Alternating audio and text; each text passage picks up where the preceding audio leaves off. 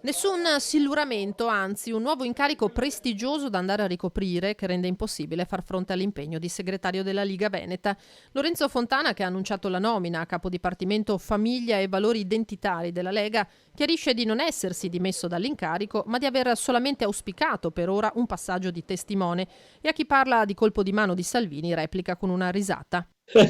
Mi auguro proprio di no. Chiaramente questa è una cosa che bisognerebbe chiedere a Matteo, però il nostro rapporto è assolutamente ottimo, quindi insomma spero di no, ma anche perché diciamo che in Veneto in questo anno e mezzo abbiamo lavorato secondo me molto bene, ma non io come segretario in questo anno e mezzo, ma tutta la squadra.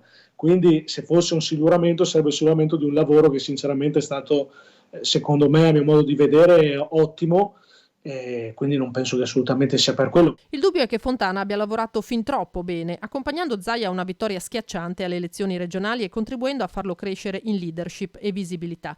E questo, per chi sostiene la tesi del siluramento, agli occhi di Salvini non sarebbe andato bene. Il segretario federale alla guida del Veneto preferirebbe un suo uomo. Penso che sia motivo d'orgoglio per tutta la Lega avere una regione nella quale viene riconfermato un governatore col 77%. Forse magari ci può essere un po' di invidia, perché non in tutte le regioni va bene, il lavoro viene fatto in questa maniera come qui da noi.